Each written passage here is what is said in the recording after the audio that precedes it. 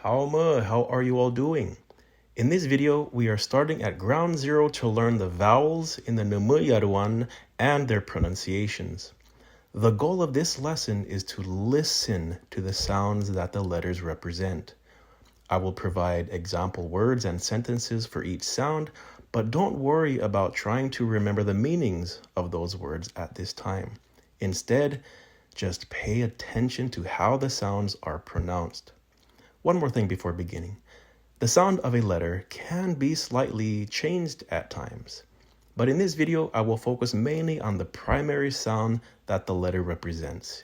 You will automatically learn the variations of sounds by listening. So, mosu pijana kapuni. First is the letter E.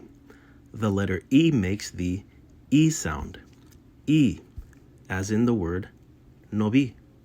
Nobi, which means house. Listen for this sound in the following sentence. Sugiri kanobigwe hapi. Sugiri kanobigwe hapi. Another word with this sound is igui. Igui, which means to smell or to sniff. Supongida toniga igui. Supongida toniga igui. Next is the double E. The double E also makes the E sound, but the duration of it is pronounced a little bit longer. You hear it in the word mitsiyu. Mitsiyu, which means short. Do you hear the difference between that double E in the word and the single E? Mitsiyu. You can also hear this difference in the following sentence. Ishunatsi mitsiyu. Ishunatsi mitsiyu. You also hear this lengthened E sound in the word quida. Quida. Don't confuse this with the other word that sounds very similar.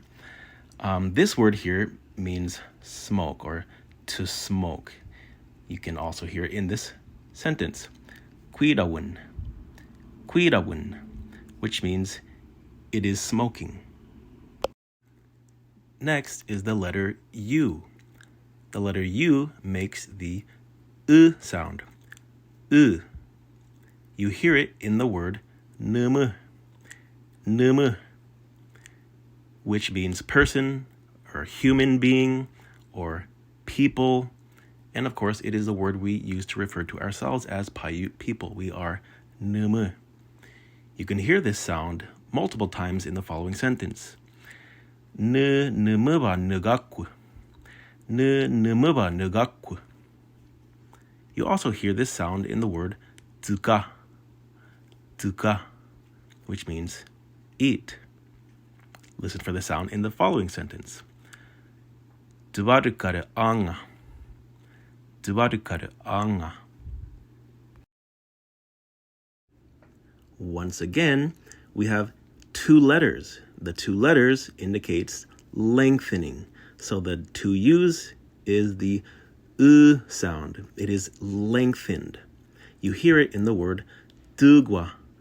Tugwa, which means snowing or snowfall. In the following sentence, see if you can hear the difference between the single U and the doubled U. Tomowa no unu tugwa. Tomowa no unu tugwa. You hear the double or the lengthened U sound also in the word ua. Ua. I ua pijama ni minna. I ua pijama ni minna. Up next is the double O. The double O does not signify lengthening. Rather, it is just the regular U sound. U. You hear it in the word awamua.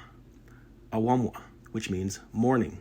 And you hear it a couple more times in the sentence. Awamua ya kimakwa usu. Awamua ya kimakwa usu. You also hear it in the word mubigi. Mubigi, which means snot. And you hear it in the sentence, I mubigi hu'u. I mubigi hu'u. Hold up, what is a colon doing here?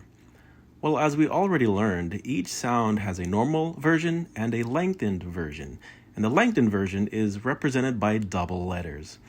But the double O already exists for the normal U sound. So, to represent the lengthened U sound, I have just added the colon here to help us out for learning purposes. When you're normally writing, or spelling, you don't have to add this, but I do think it's helpful for reading so that you can know when to pronounce the normal U and when to pronounce the lengthened U.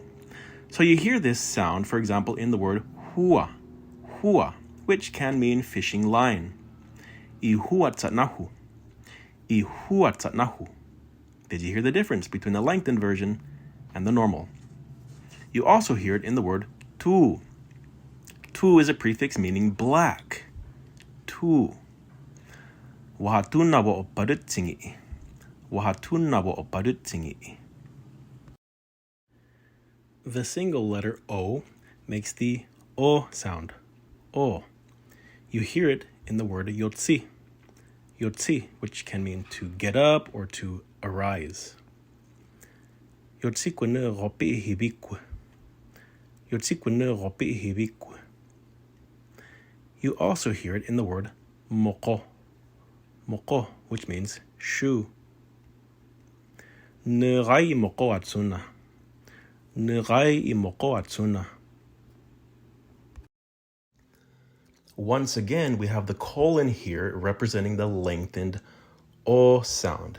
Since the double O is already used to indicate the U sound, we can't use that to represent the lengthened O sound. So again, I have added the colon here to help us when reading so that we know when to pronounce the regular O versus the lengthened O. So you hear this sound in, for example, the word bo. Bo means road or path or something like that. See if you can hear the difference between the short O, as for example in that second word in this sentence, and the lengthened O in the second word of the second line. Usumogotni kapo gumabakatu. Usumogotni kapo gumabakatu. You also hear this lengthened O in the word for whole, which is to. To. Again, see if you hear the difference between the regular O and the lengthened O in this sentence. Umunodato guetumiarapi. Umunodato guetumiarapi. Next is the letter A. The letter A makes the A sound. A. You can hear it in the word agai. Agai, which means trout. Su agai pa awe tu Hawaii. Su agai pa awe tu Hawaii. And you also hear it in the word ba'a. Ba'a means high, high up above.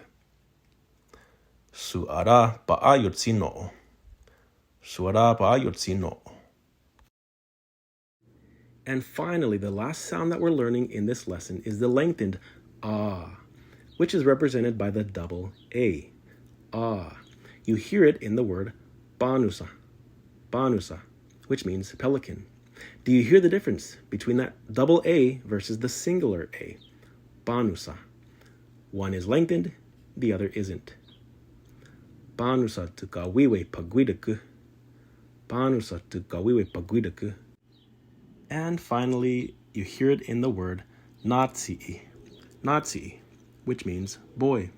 Once again, see if you can hear the difference between that singular A letter versus the double A. Masunatsi bijat managwi. Masunatsi bijat managwi. Mat nusaba. Berusumu Numu Yaduan ka bijana kapenishi.